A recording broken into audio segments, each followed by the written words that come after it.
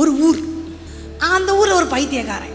அந்த குறிப்பிட்ட ஊரில் இருக்கிற குறிப்பிட்ட பைத்தியக்காரன் வேகமாக ஒரு எலக்ட்ரிக் கம்பத்தில் ஏறிட்டான். பல 1000 வோல்ட்ஸ் கரண்ட் பாய்கிற ஒரு எலக்ட்ரிக் கம்பம் மேலே ஓடிட்டு இருக்கு.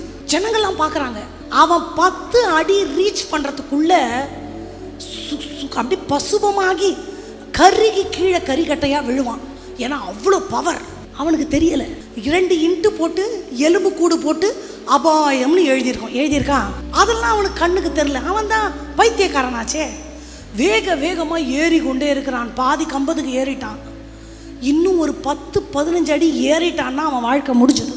சுற்றி நிற்கிறவங்கெல்லாம் கத்துறாங்க, டேய் நில்லு, செத்து போயிடுவடா, நில்லு. அவன் நினைச்சான், இது என்ன லூசுங்க கத்துது. யார் நினைக்கிறா? அவருக்கு யார் தான் லூசு? லூசுங்க கத்திட்டு கிடக்குது. ஒரு முதியவர் வந்தார்,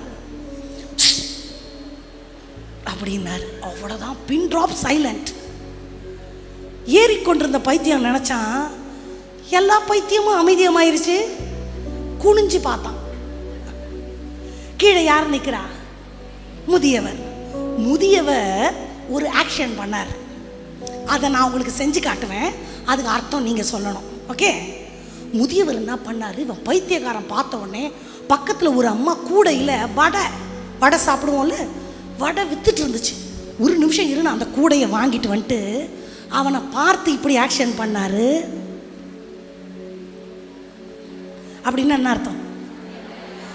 இது எல்லாம் உனக்கு தான். அவன் நினைச்சான், இது யாரும் ஒரு புது பைத்தியக்காரன், இவரை நினைக்கிறான்.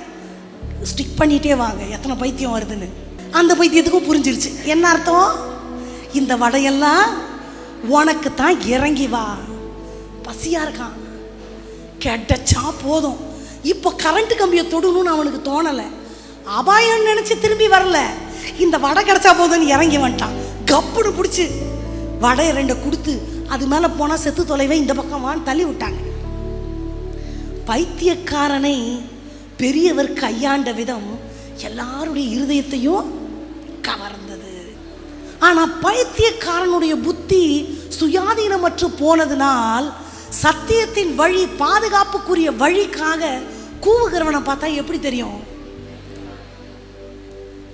மனுஷனுக்கு செம்மையாய் தோன்றுகிற வழிகள் உண்டு, அதன் முடிவோ மரண வழிகள்.